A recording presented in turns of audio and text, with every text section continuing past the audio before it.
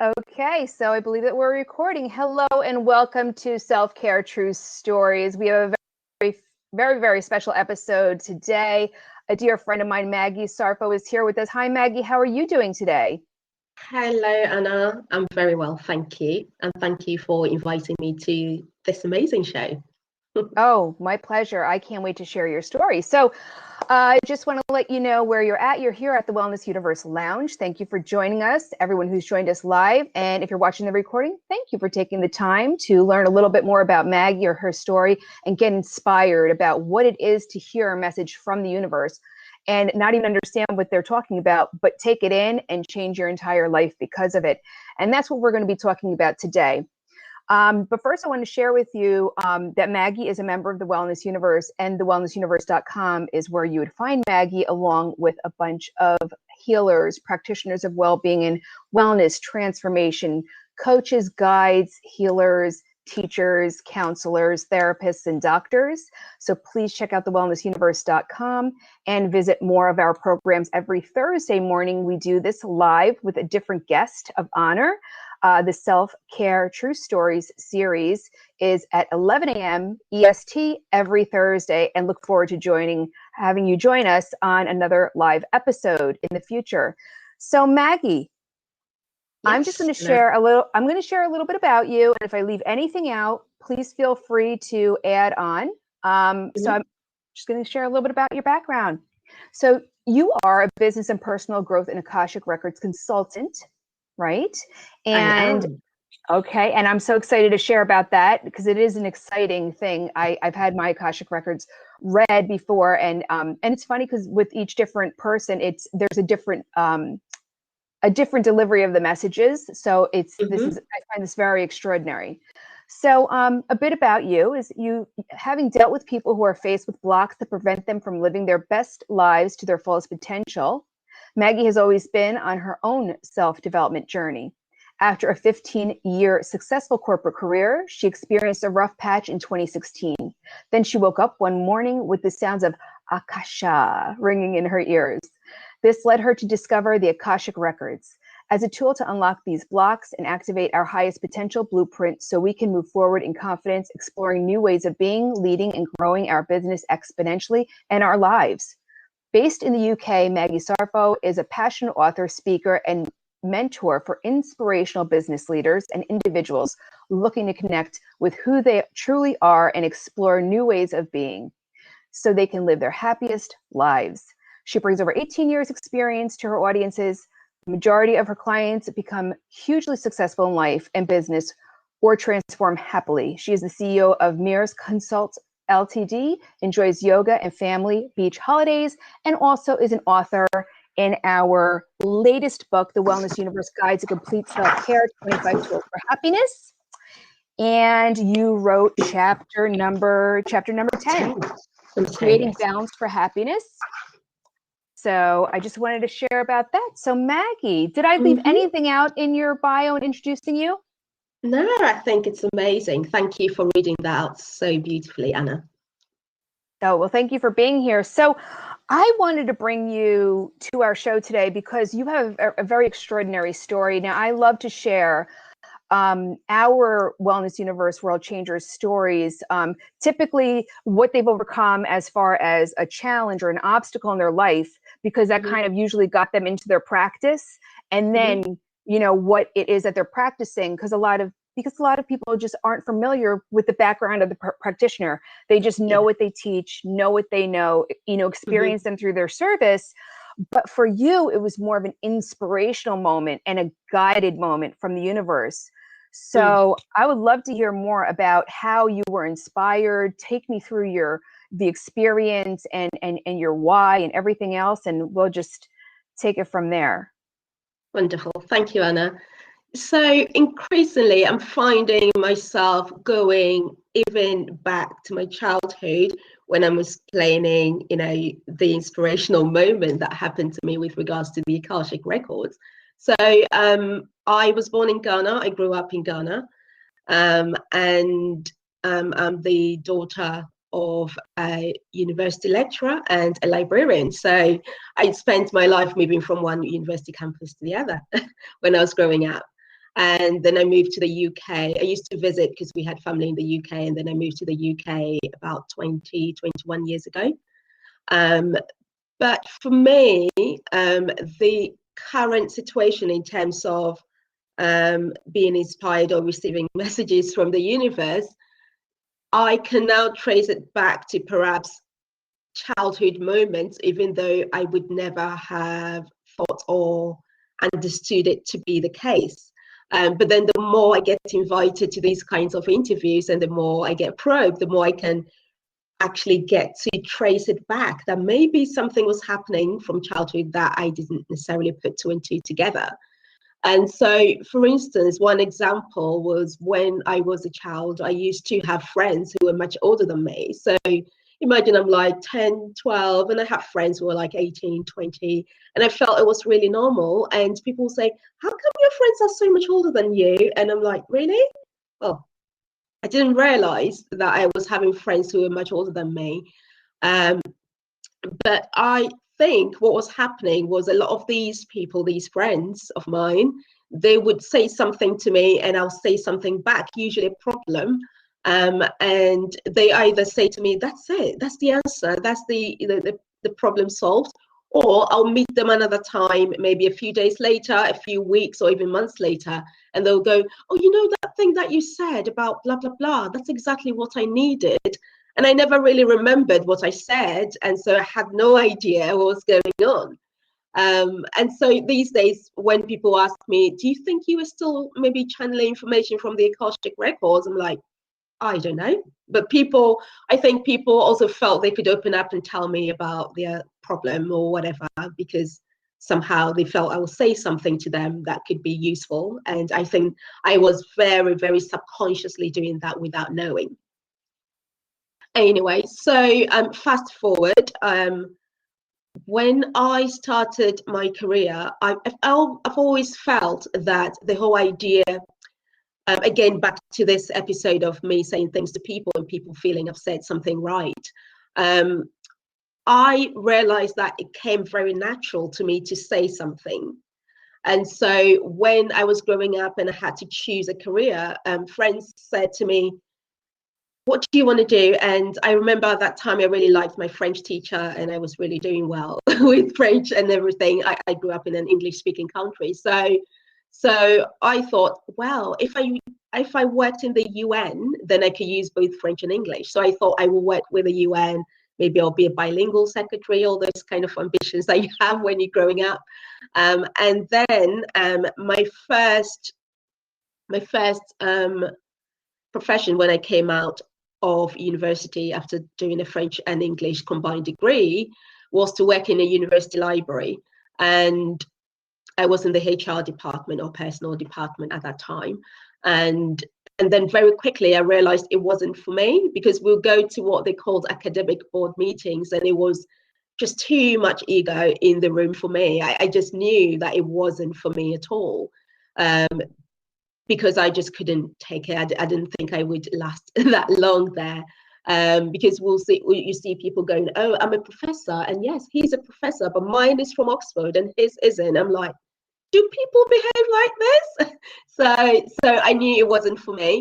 And so they offered for me to go and do a master's in public administration because that fits directly into the environment. And I said, no, I'm very fascinated about business and how some businesses make profit and others don't. So that's how I left it and then moved on to do an MBA so I could understand businesses a bit more. And then when I finished, I obviously, because I knew that giving advice, you could get paid for it. I think that really fueled my ambition to really just carry on doing advice giving or doing roles that provided advice to other people, because I felt that it felt so natural to me. I didn't need to think hard to be able to give advice. So to think that I would be paid for doing that, I think that was a no-brainer for me.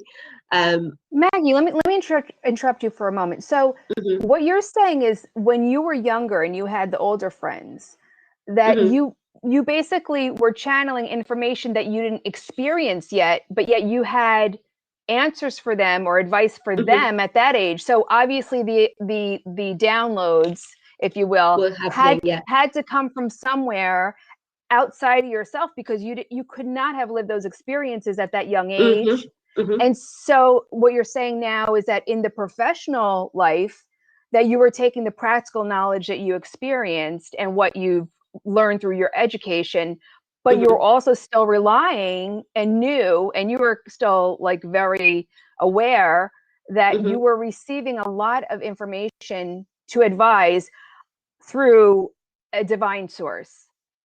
I think so. And the more I evaluate the scenarios now, and especially since the Akashic Records kind of awakening incident, I had no doubt as I came out of my my Akashic Record certification program that I was going to work with people around their purpose, connecting them to who they really are. And so that has now deepened my knowledge to understand how purpose works. And then as people like you ask me these questions, the more I'm able to put two and two together and trace it back, that maybe something was happening in the background, this whole idea of being connected and providing advice to help people, but I did not know. But now thinking about it, I can map it out and go, okay, so actually if my purpose or if my core message or why I do this is because I admire the opportunity to give advice and I receive messages to give to people, I think it all makes sense now, although I didn't know in the past. Absolutely. Yeah. I think that this is fascinating because I think that the way that you're connecting with your clients and the way that you connect with people and advise them and you allow them to know, obviously it's through a spiritual modality or, you know, and a non-academic modality. I think you're also giving them license to channel another source to use as guidance for their success. And I don't mean to derail the story, but please go on. But this is an epiphany I'm having as I'm listening to you, because in all of these years knowing you, I didn't put those two and two together. You're actually giving people license to access their knowing because you're working through your knowing with them. Absolutely. They're finding their success and they probably feel like I need to tap into my knowing in order to be successful. It's not just black and white academics, what I've learned. Okay, so go ahead. Sorry. I'm so excited about this. No. And I am too. And I think you're spot on, especially by referencing knowing. And so I always knew that I knew a lot of things, or I when people say things, even, you know, when I was in my work life or even in my friends or family life, I can also always kind of discern a bit more in terms of what's happening and in terms of where it could go, the direction, if we went down this way. And so because of that, then I tend to be quite strategic in nature, and I can actually talk about things a bit more deeply in terms of where we are now and where we could potentially be, which I think fueled my interest in kind of doing the business consulting and the strategy consulting that I was doing. And then because I had this fascination about why do some businesses make money and why do others don't make money, and why are some people successful and why are others not successful, then I think all my interests came together within that kind of space. And because of that, I also had this really strange thing of, why do people get paid salaries and why should they be paid salaries? Could they not be paid according to how they perform? And so then my work started to move more and more from advising businesses from a consulting perspective to actually taking some sales roles, because it was more aligned to me. I felt more authentic and confident in myself from the perspective of, I didn't understand why people would be paid a blank salary because they've worked for 30 days in a month. I felt if I did more, I needed to be paid at the equivalent level of how much extra I did. And so, you know, being in sales or advising around sales and saying, okay, so if you make more money, you can give me a percentage, that kind of thing. I don't know, I was just like that. Anyway, so, but then I see the theme of advice running through all of that in terms of my personal life. In terms of how friends feel they can just open up to me and I will be able to say something and I had no idea what's going on. And then towards the end of 2015, 2016, I felt a very strong need to kind of move out of my corporate role and set up my own business. I knew for sure that that business was going to be more focused on, I used to say, human resources, which is more kind of personal development for me. But because my career, even though I studied that, my career was always around business and business development, as well as the person behind the business. So I don't know why. So if you look at my business name, Mary's Consult, is actually a combination of my name, because most people call me Maggie or Maggie. So it's a combination of the ME of Maggie and the resource. Because I was very convinced that my business was going to be kind of self-development orientated, although my career wasn't up till then self-development. I did give advice, but more business related, as well as maybe if I was looking after the teams, then I would be doing their personal development as well.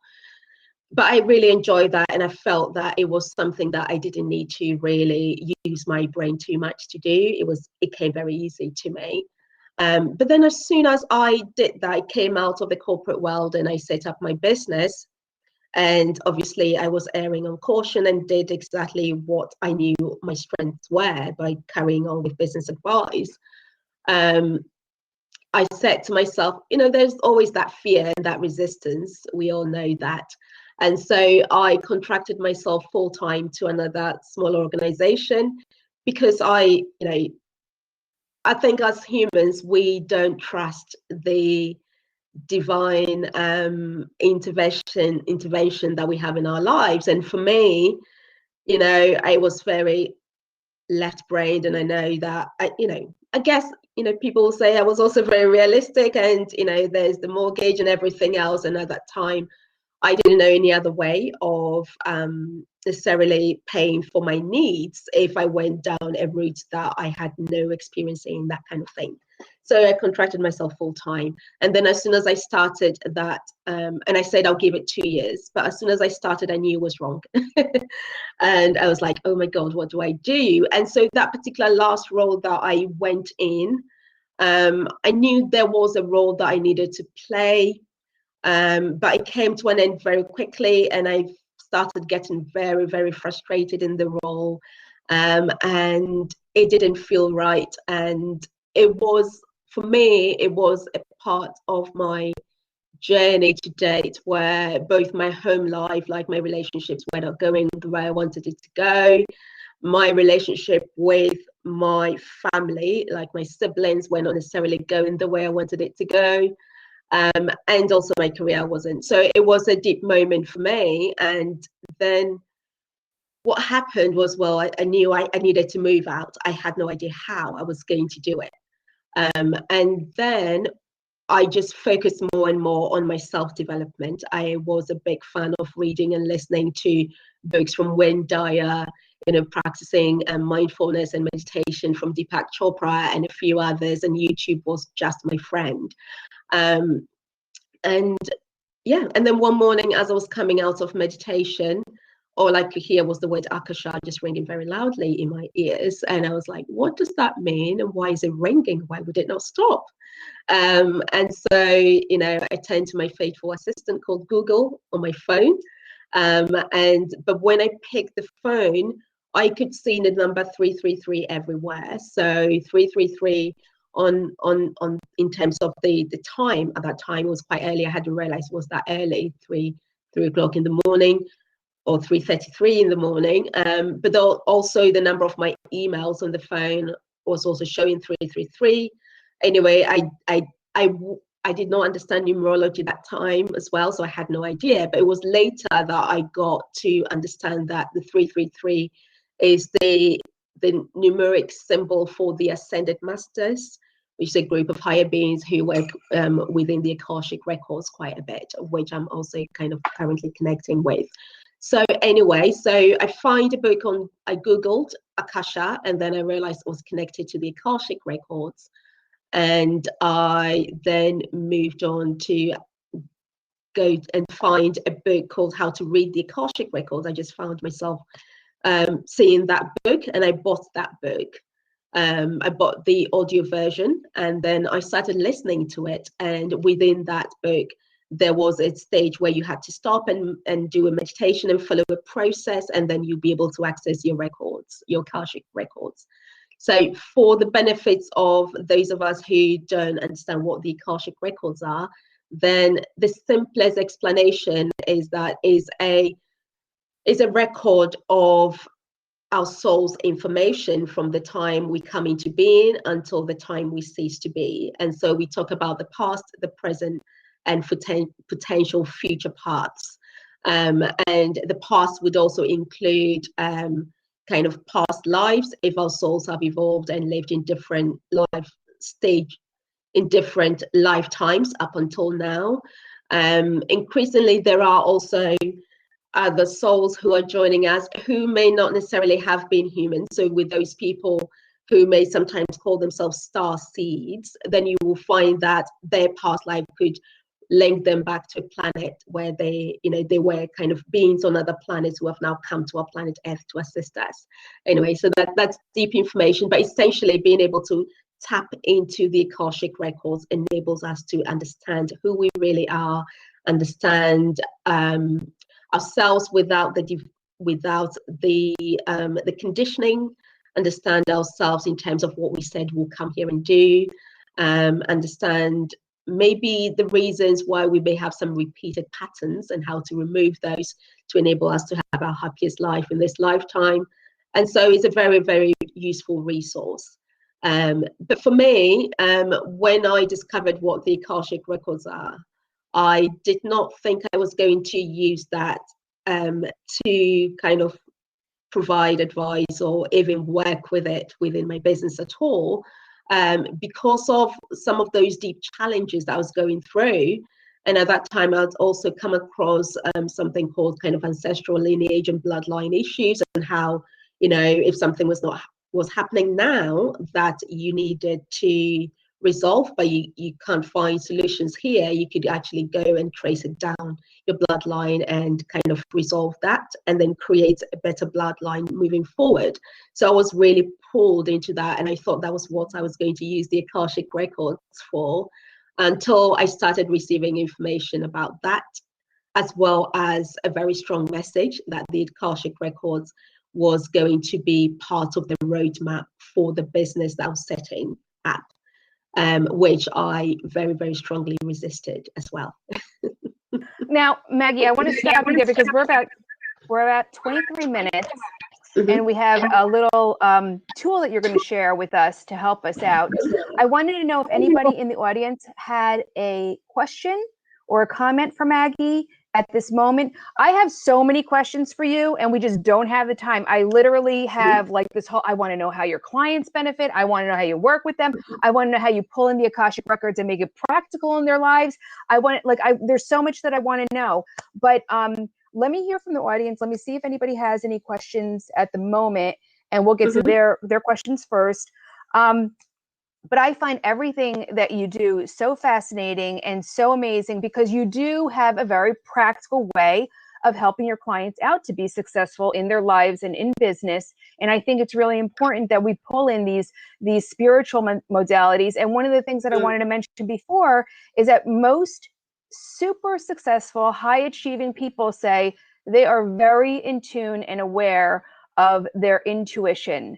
So would you say that intuition is still just another term for following, how you're divinely getting downloads? I would say so. So back to the word knowing, I think knowing and intuition are quite similar. And for me, I think your intuition is your mind merging with a collective consciousness in terms of divine knowing, dropping through, so you can use it for your own, highest good here, and also to benefit others. So I think intuition is really powerful. It's connected to knowing, and also from a vibrational level, as we evolve, we're also able to access the records. I think everyone is able to access the Akashic records if they want to. And then there are those who do it for other people as well. That's fantastic. Oh my gosh, I want this to be more than a half an hour with you. So, But everyone, just so you know, okay, great. Here's Maggie's link to connect with her. And were you able to see your own Akashic record or just for others? Jenny asked. Yeah, so from there, from the book, when I got down to settle down, I was able to access my own records. And then I carried on researching a lot more because I felt I wasn't getting as far as I wanted to go. And that's when I came across someone on the internet, a guy called Ernesto Ortiz, and I connected with him. He had been working with the Akashic records, so I attended one of his programs, and that's when I got certified to be able to read my own records even better, and also other people. And I read for businesses and buildings and animals and everything. That's fascinating. So, okay, we're really crunched for time, but I want you to share this tool that you have to help us out. So let's get into that. Yeah, so the tool that I want to share quickly is about being able to connect your mind intelligence to your heart intelligence, because I think that is who we are at our deepest level, and we're able to align more and more with who we are as we do this, especially for making any decisions at all or receiving information about anything. So I want you to take some deep breaths for me. And as you do, if you would like to think about a question that you need answers to, an answer to.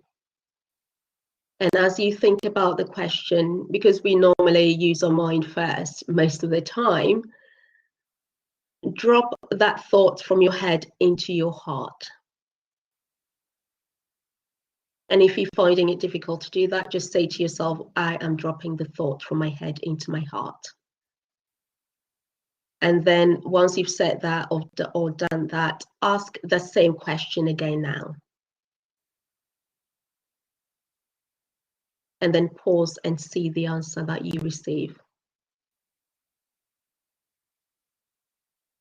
And this is a truly beautiful practice, because as we combine making our decisions with both the mind and the heart, and trusting that the heart is a powerful tool to give us all the answers we need, and especially devoid of all the warning signs that perhaps the mind would give us, the negative signs that the mind could give us with regards to making decisions, you will find that you're making more and more decisions that are aligned with who you are and your blueprint. And you feel that you are coming more and more into your highest potential self. And you're trusting the decisions you're making more because it's coming from that place of knowing, and you're combining your intuition.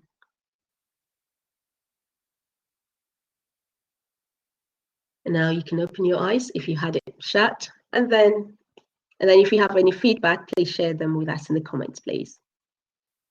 I'd love to hear from you in the audience, in the comments. Please share with me. You know, Maggie, it literally happened immediately for me. In my head, I'm like, what's my next step? And it said, and in my head, it was, I don't know. I put it into my heart, and my heart said, just be still. Just be still. And that's what my heart told me. And it was immediate. It was immediate. I'm hoping that you all had the same type of experience. Let us know in the chat. So Maggie, so I shared your link to your Wellness Universe profile. I want to let everyone know that if they want to get an autographed copy of the book from you, that you have your link to order a copy directly from you, that you will ship it to them from the UK. So, okay, Jenny said, my message was be patient. Yeah. And it's funny because our heart, of the heart. Yeah. I was about to say, it always gives us these loving messages, messages of least resistance, and it's always wonderful. And I think if we're very specific, like, should I put myself in this person's presence or whatever, it will tell you, what you should do. Yeah. So with that said, Maggie, we have a few seconds left. Is there any closing thoughts or anything you want to leave our audience with for today that we haven't mentioned? I would say it's important to keep connecting with who you are, because that's all that there is, really. And as we go on our self-development journeys, if we always set the intention that we want to be more and more connected with who we are, it's also in a way saying you're connected with your why and why you're here and why you do the things you do. And also, the one thing is that purpose always develops.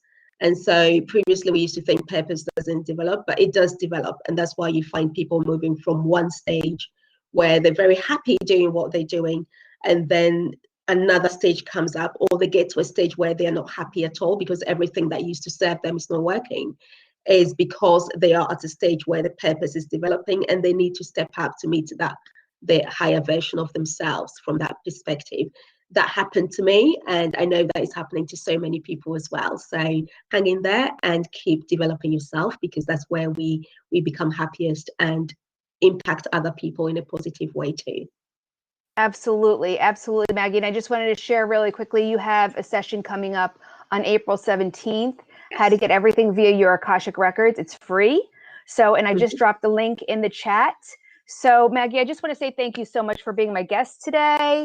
I love you. You've become a dear friend of mine, and sharing this story with everyone. And I wish we had more time, because I would love to know, a follow-up to how your clients benefit and all this other stuff. It's just, oh my gosh, I just have so much that I want to learn from you. But for now, we'll have to say goodbye. Thank you. Thank you very much, Anne. Thank you. And I just want to thank everyone who came to us live. And if you're watching the recording, thank you so very much. We appreciate you. And again, every Thursday morning at 11 a.m. right here at the lounge, the Wellness Universe Lounge, we have Self-Care True Stories with a different member of the Wellness Universe. Maggie, thank you so much. Thank you, everyone. Thank you, everyone. Everyone who's joined us, thank you so much. And we'll see you next time.